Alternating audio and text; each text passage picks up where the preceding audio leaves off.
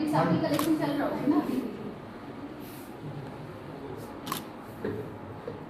जो in house है उसको हम चंदन को तो नहीं नहीं मैं भी 11 बजे तक मैं पूरा होगा 11 बजे पूरा। कितने टेस्ट हैं यहाँ पे जो होते हैं लिस्ट लगी है बाहर लगी वैसे ये होते हैं HP blood group HP sugar heating ये इसका रिपोर्ट कब देते आप लोग शाम तक दे रहे हो 3 साढ़े 1 बजे क्यों खाली नहीं हो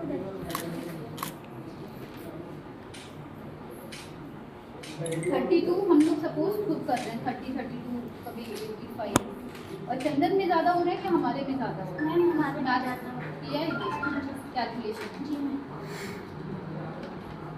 और ये सारे टेस्ट भी चंदन करता होगा ना ये जो आप करते हो वो नहीं करते ऐसे हमारा मुझे लगता है maternal एंड चाइल्ड हेल्थ जो होता है ये बहुत ही इंपॉर्टेंट एक कंपोनेंट होता है किसी भी हेल्थ का क्योंकि इसके जो अगर अच्छे इफेक्ट्स हैं या इल इफेक्ट्स हैं वो इंटरजेनरेशनल होते हैं। अगर एक माँ का प्रॉपर केयर नहीं किया गया तो उसका बच्चा भी एक हेल्दी लाइफ कभी भी नहीं जी सकता और फिर वो जनरेशन दर जनरेशन आगे बढ़ता रहता है। तो इसी के क्रम में आज ये विजिट भी की गई और स्पेशली हम लोगों ने जो SNCU है वो देखा।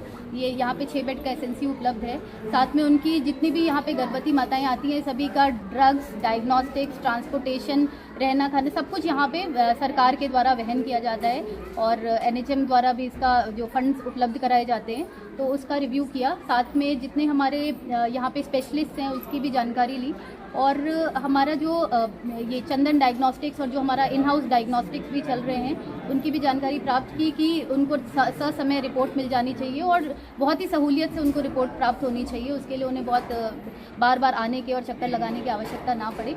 तो इस प्रकार से और भी अभी आगे TB क्लिनिक आदि की भी निरीक्षण किया जाएगा। लगातार पहले भी देखा गया है सीजरियन के टाइम में रेफर कर दिया जाता है, प्राइवेट हॉस्पिटलों में जाते हैं, उसका क्या कहेंगे? डॉक्टरों की कमी है या फिर स्टाफ की बिल्कुल कमी? यहाँ पे जैसे NHM से भी यूकोट बीपे से भी एक गायनेकोलॉजिस्ट इसीलिए भेजी गई है बिकॉज हमें भी ये पता है कि हरिद्वार में प्रेशर बहुत ही ज़्यादा होता है स्पेशली सिजेरियन ऑपरेशन का या हर प्रकार के मैटरनल इश्यूज़ का।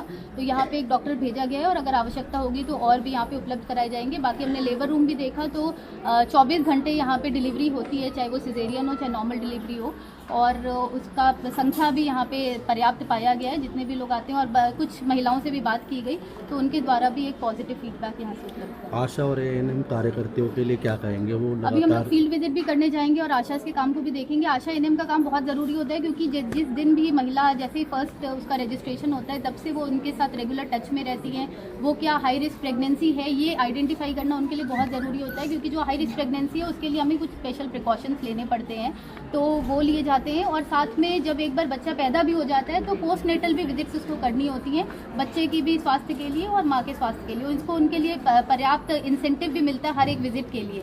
जो HBNC HBYC विजिट्स होती हैं तो उसमें अगर बच्चे में कोई दिक्कत है या माँ को कोई दिक्कत है तो उनको तत्काल इस चीज़ को बताना भी है।